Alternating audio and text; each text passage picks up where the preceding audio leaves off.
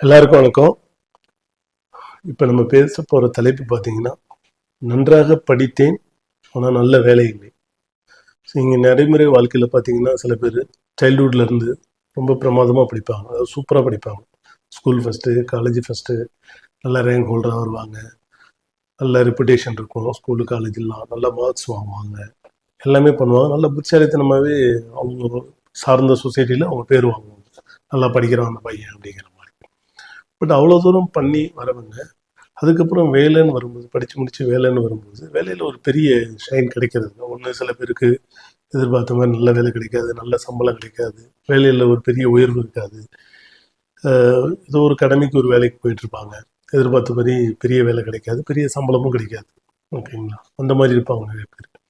சில பேருக்கு வேலையே கிடைக்காம கூட ஏதோ ஒரு வேலையை செஞ்சுட்டு ஊர்லேயே கூட அப்படியே இருப்பாங்க சில பேர், பெரிய வேலைக்கு உத்தியோகத்துக்கு எதுவும் போகாமல்.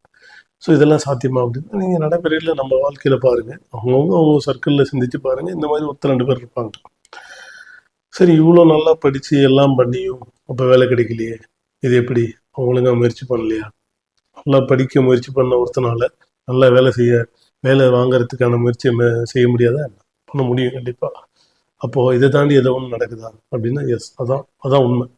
நம்ம வாழ்க்கையில் நம்மளை தாண்டி இல்லை, நம்ம வாழ்க்கையே இந்த பிரபஞ்சத்தின் கண்ட்ரோலில் தான் இயங்குதுங்கிறது தான் சயின்டிஃபிக்கான உண்மை. ஓகேங்களா?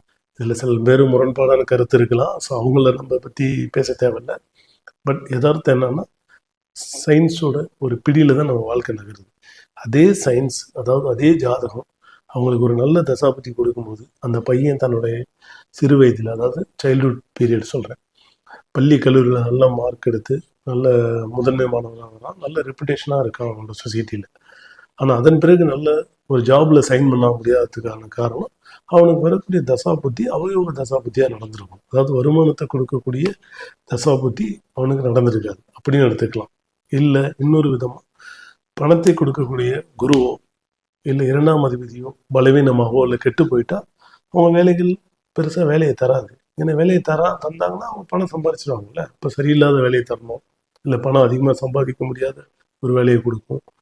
ஓகேவா? இல்லை அப்படின்னா வேலைக்கே போகாத ஒரு சூழ்நிலையை உருவாகும். ஸோ படிப்பு வேறு, சம்பாத்தியம் வேறு.